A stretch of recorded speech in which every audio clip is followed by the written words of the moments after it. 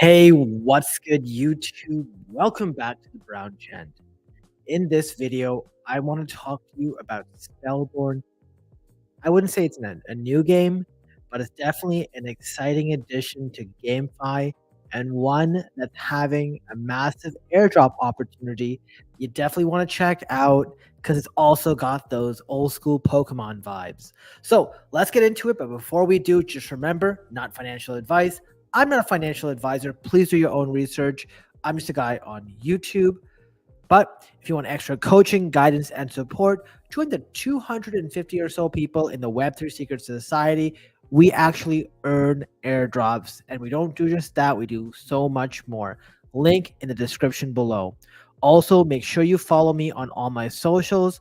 Check me out on the bank, also on Twitter, because I do post updates there all the time as well. Now, if you guys are wondering what my track record is with GameFi, yes, I've covered DeFi Kingdoms. Most recently, I covered the Season 2 of Pixel, their airdrop. And remember, this is from the scope of somebody who's never touched pixels prior to that video. In 2 weeks, I was able to make myself 3,600 US dollars with like $100 investment and minimal time. And those who followed me did the exact same thing. So let's hope, or here's hoping to emulate that success with SpellBorne. Now, if SpellBorne sounds familiar to you, because it is a sort of take on Pokemon, it's a monster catching MMORPG. And if you are not new to this channel, you probably saw this video that I made about a year ago. It didn't do so well, but it was a bear market. It was the exact same game. However, they rebranded it. They did a lot of work. And as such, they are now in their early stages of game development. I've been playing the game for a bit. It's actually quite fun, and they will be doing some more expanding actual development, unlike some other things we've seen in the past. Which is really cool because we get to see the the actual gameplay come out at a very fast speed. So here are like the core assets of the game, the SpellBorne apartments. You can also buy monster NFTs. I don't think those are really worthwhile. And I, in fact, bought some NFTs about a year ago. You can see here I bought a large apartment for $400, and I bought like a SpellBorne monster for $400. They were called DeFi monsters and DeFi apartments before. I ended up selling this large apartment for triple the value, so 1157, and I sold these SpellBorne monsters for a slight profit. Now, they are doing their preseason Prepare the Hunt. Yes, they said April 12th. It's still going on. You're not too late. There's ways to earn, so definitely check it out. They have multiple things that you can do within the game. Some things are just earning airdrop points, and you do that by finishing quests, logging in every day, and completing specific game activities. I'm going to show you some of these after the fact, but definitely check this link out after. Now, just to sort of set the scene, I have just bought a medium apartment earlier tonight because I do think that it's worthwhile. These homes, these apartments and penthouses and such will airdrop points as well, but they're also used to give you an advantage in the game. Something that I saw that happened with Pixels early on, which I don't know if it will happen here as well. Their land went up so much in value. They went from 0.1 ETH all the way to like 2 to 3 ETH at the peak of the airdrop. So this is also a speculation bet for me. If SpellBorne does pick up significantly, this can afford to probably 4 to 8x in value. On top of it, it has a ton of in-game utility. So got one of these now. I am looking to buy a penthouse. So if anyone has a penthouse they want to sell me for 0.75 ETH, hit your boy up. Let me know. I'm down. So let's go check it out. And by the way, if you are interested, I put the link to join my referral link for SpellBorne in the description below. So every so often, if you aren't active in the game, it will ask you to reconnect. When you start, you have to sort of select one of 3 characters. I'm not going to go through the basics here just because there are people who've done very intensive videos covering that. But you can see from this game here that you have like a playable world. You have just like Pokemon, if you've ever played it, I grew up on Pokemon Red and Blue. So for me, this was very nostalgic. You can go around doing quests, and there are YouTubers, which, there's a YouTuber who I have linked, who I think is fantastic, Cosmo Fierce. There's a lot of people who cover Spellborne. I thought that their summary of quests was really good.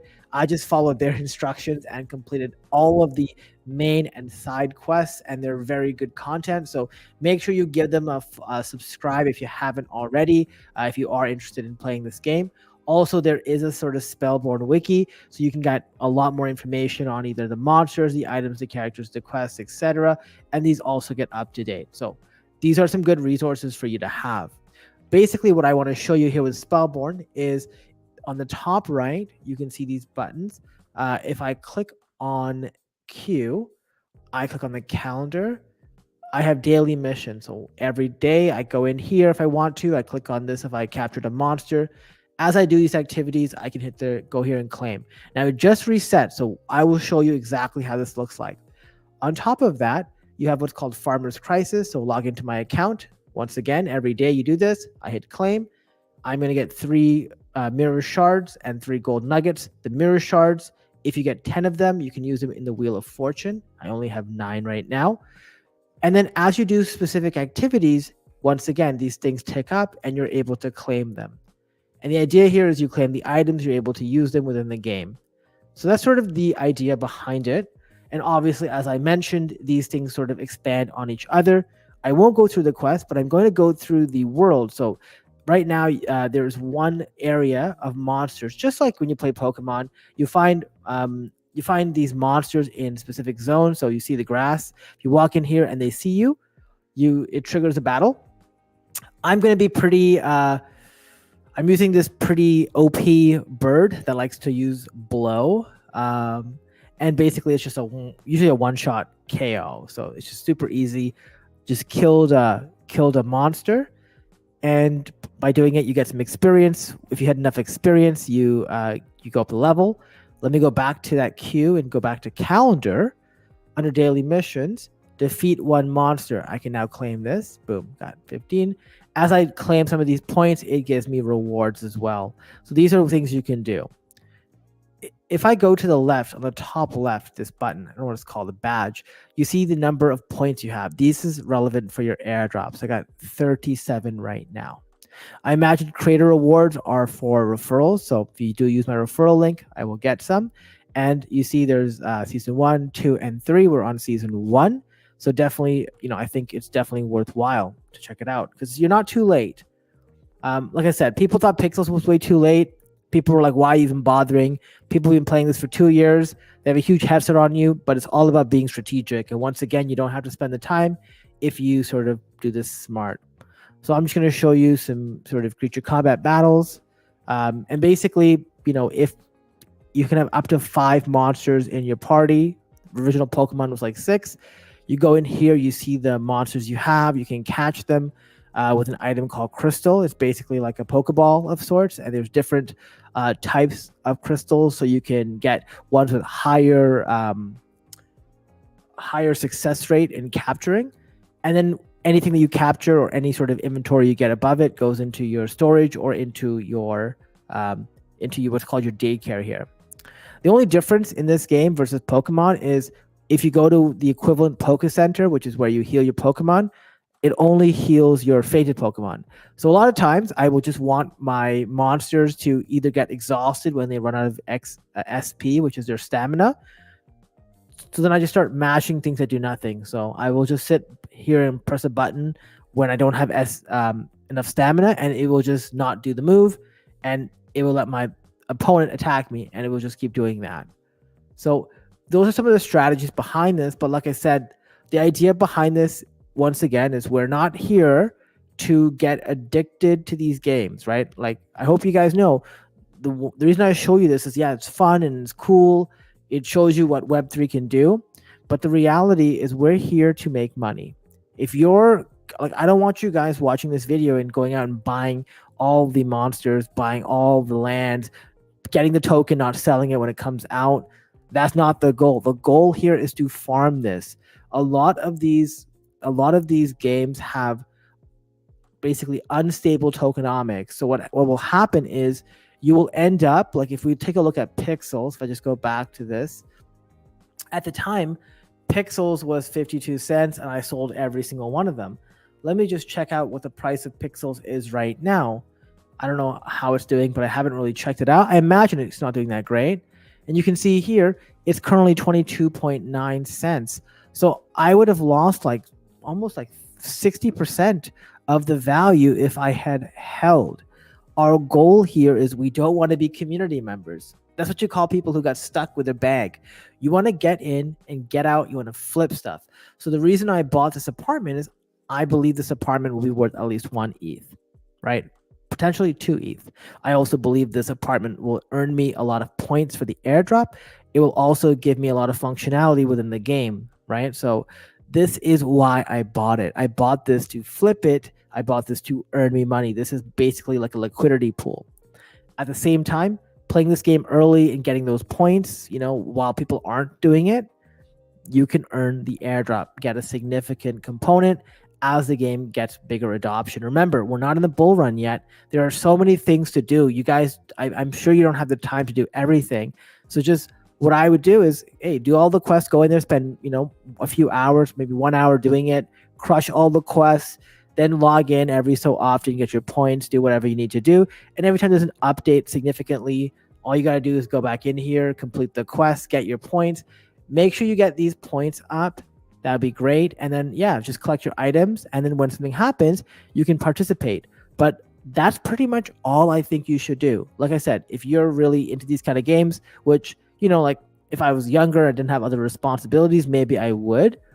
But like I said, this won't be the only game we're going to go through. I think GameFi has a lot of potential. I hope that DeFi Kingdoms will have their PvP and some functional gameplay as well coming out very, very soon. If that happens, there may be another opportunity to jump in on a big pump.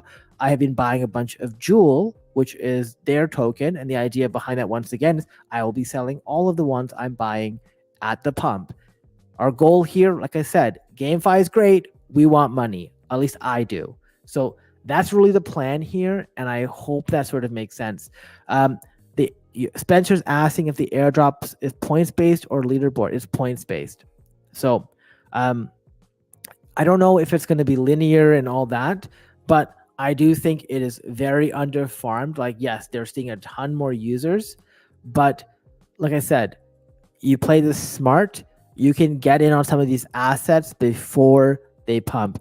The only asset I would not recommend you touch is like the apartments are fine if you're interested. Like I said, look for a good deal. Don't just sit there and just sort of sweep things, because you know there's a bunch of people who are I don't want to say bag holders, but you know they bought on the last pump, and it, you know, like they're waiting for a big move. But if you get a good deal, like I did, I bought a medium apartment for 0.27 ETH, then sure.